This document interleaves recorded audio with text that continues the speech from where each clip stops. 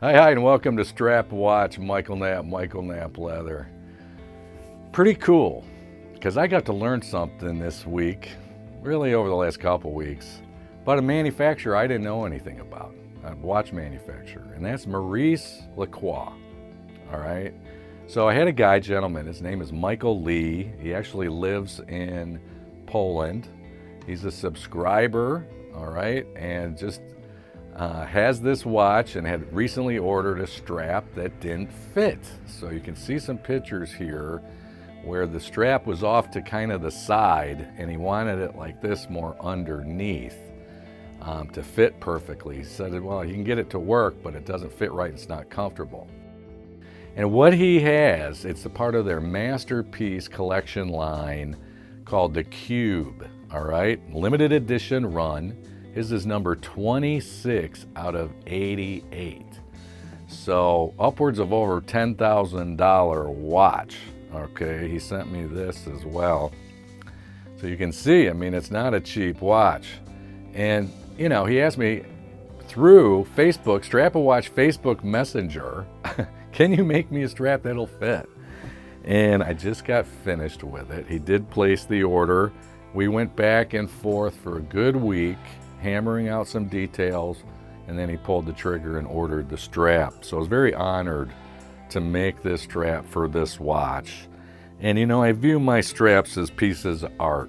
I really do. I mean, you have a very nice watch, a lot of skill and craftsmanship and beautiful design, and to me, watches are pieces of art.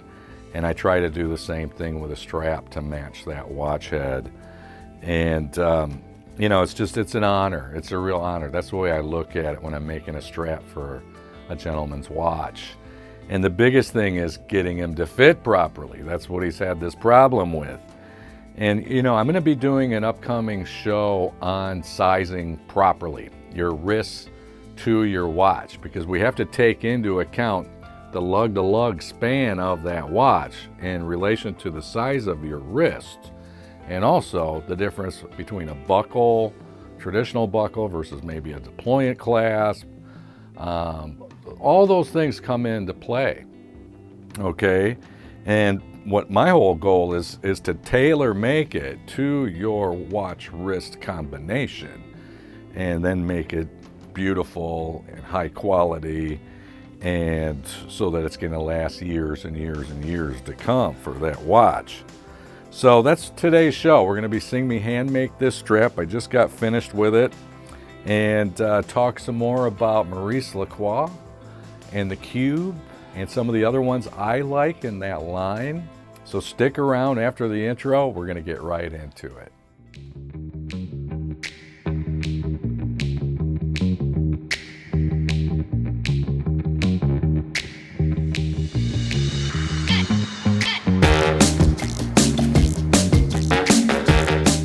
Well, thank you so much for joining me today on Strap-A-Watch, and thank you to all my newer subscribers. I'm getting a ton of new subscribers and really appreciate that. This is the first Maurice Lacroix that had been done in-house back in 1992. They referred to it as the 5 hands. So just the limited research I did this past week on Maurice Lacroix, they've been in business around 40 years, and prior to 92, they were really known for making quartz watches and some mechanical watches that they were, you know, getting movements from movement makers. So they hadn't yet done one until 1992, an in-house movement, and that's when they supposedly had found their niche, okay, and their masterpiece type of collection, they call it. So here I am getting the black Alligator out. I keep all of it in there in my air-conditioned studio down here in sunny Florida, USA. And this Michael Lee, who ordered this strap, a subscriber, as I said, he's from Poland, and right now he's stuck in Sweden. Okay, he works for Norwegian Cruise Lines, and it's very ironic because my wife Linda and I are both avid cruisers, being down here in Florida, and we typically take at least one cruise a year. And Norwegian is our favorite cruise line, so I don't know if I've actually ever even seen this Michael Lee before. You never know. But So he works for Norwegian, and his mother, he's originally from Gothenburg, Sweden, and she lives in a town just outside Gothenburg. And I guess he ended up getting stuck with travel restrictions and lockdown. He was like visiting his mother and cannot get home to Poland. So I'm going to be sending this strap to Sweden. And it's really neat, because the thing is, my wife and I, last year in July, we were in Gothenburg, and we had taken a Silver Seas Scandinavian cruise, and we left out of Copenhagen, Denmark, and then our first port of call was to Gothenburg. And then from there we went to Oslo, Norway, and then Arendal, Norway. And boy, I fell in love with Arendal. I have Norwegian blood in me, and it was the oddest feeling. I even said it, it's like I'm coming home. It was kind of like my hometown of Grand Haven, Michigan in a lot of ways, but just gorgeous. I could absolutely live there, no problem. And then, another day at sea on the North Sea, and then we ended up in Amsterdam, 7-day cruise, and we flew home. So, I feel for the cruise industry and all those workers, and a lot of people ended up getting real sick on a lot of these cruise ships, and just a nightmare. So hopefully all that gets kicked back going here real soon.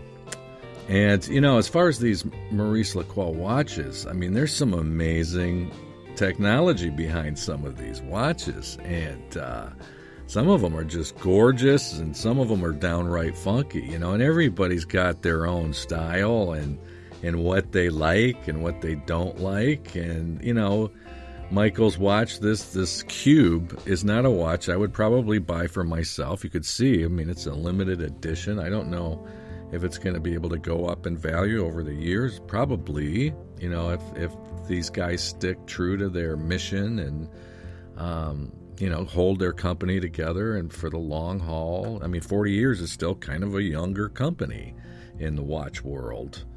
But there's some neat ones out, like this one right here. It's an amazing piece. It's got a square wheel. Yes, I said that right. A square wheel. Was developed in-house by their watchmaker and engineer, Michael Vermont. And he came up with this concept, and that's what they're always trying to do is come up with something new. And one of the other ones, the Gravity, it's very skeletonized. It's a pretty cool watch. And the one that I really like is called the Double Retrograde. So right here, the Double Retrograde. If I were to buy one of these Maurice Lacroix watches, this is probably what I would get myself, a GMT Double Retrograde. But they do have some beautiful masterpiece watches in that collection. And so, you're seeing me hand make the strap right here. And I was stressing about, in the intro, sizing. And what I'm going to be doing, because it's been recommended to me by a couple of customers to do a video that's on my website. So I'm going to do a video so that it can be on my website, permanently, of how to really narrow it down to properly size your strap. So with the wrist and watch combination, like I was saying, the lug width span from lug to lug, and measuring your wrist and what kind of buckle or deployant clasp, or do you wear it on your right hand, your left hand? All those things matter, okay, when it comes to tailor fitting a watch strap. And what I always tell people, I usually will send an email out right with the tracking number, and I inform them after I ship it that if it fits perfectly, the point end, the tip of the point end, should come out of the main keeper by up to about 1/4 of an inch. If it's, comfortably sitting in the position you like to wear your watch. And that's above the knuckle, below the knuckle, wherever it is, that knuckle that protrudes out of the side of your wrist, that ulna part of your wrist. And so, some people wear it above, some people wear it below, and all that matters. So what matters is wherever you wear your watch is where you need to size it, okay? And it's just like anything. That's tailor fit. We want it to be perfect. What we came up with, Michael and I, for this strap, was actually 87 millimeter buckle end by 120. I had suggested 130, but the reality is with this strap, he's going to be putting it on a Maurice Lacroix deployant clasp that is very much like an Omega Seamaster deployant clasp, similar to the one that the original one that I had bought for Oisin O'Malley and made that strap for him, which, by the way, he never got. But I have made it up to him. I just sent him out last week, and he got him on Friday. I sent him 2 straps and a coffee mug. So he was happy. He emailed me and thanked me, and I made him a brown and a black, and he was like, wow, I really wanted a black one, but this brown one is just gorgeous. And if you go back and see the brown one I made for the gentleman Peter for his Rolex root beer, man, yeah, my brown alligator straps they're gorgeous. They really are. I mean, all my straps are gorgeous, but the main thing is getting him to fit properly.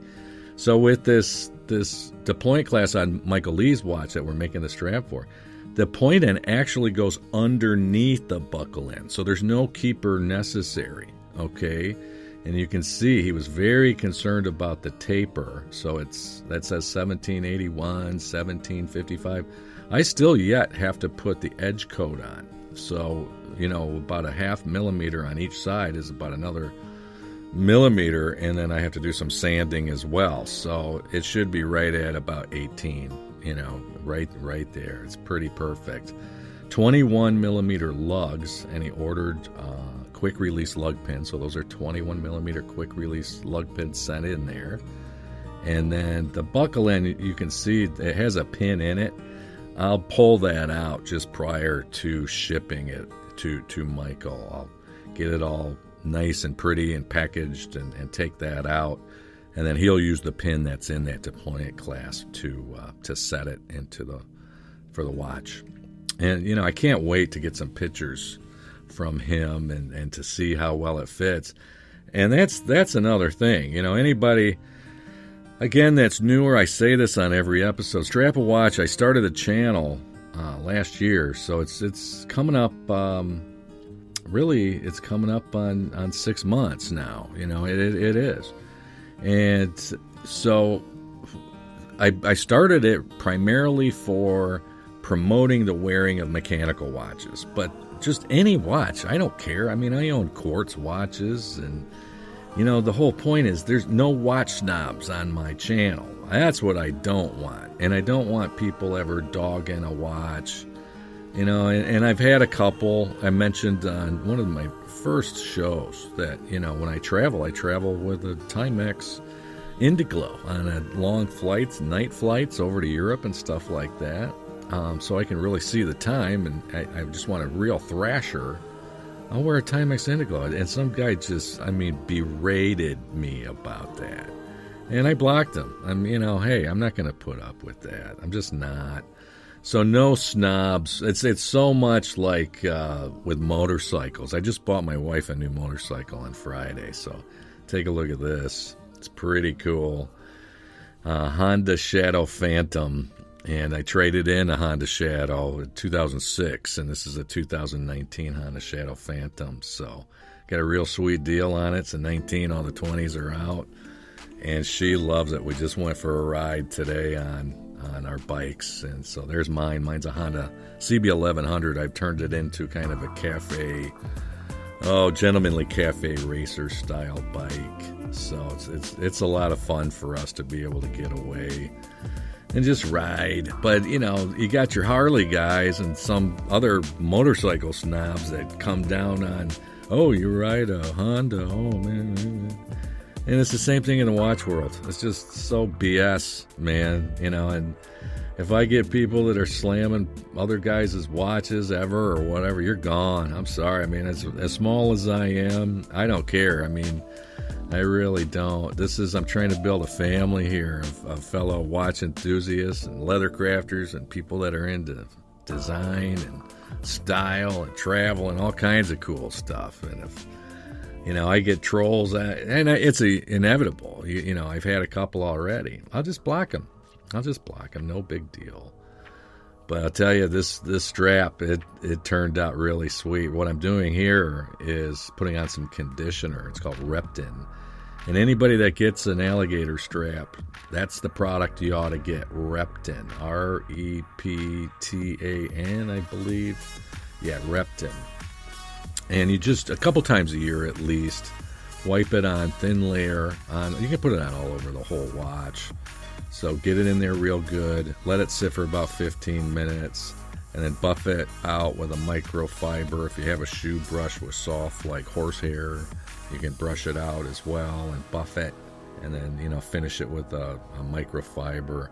So here is the final product. I mean, it turned out sweet. And one thing about black alligator straps, they're the most traditional. They don't really give the whole full detail of contrast. When you have contrasting stitching color on certain watches and sometimes edging on certain watches. So this would be considered quadruple black.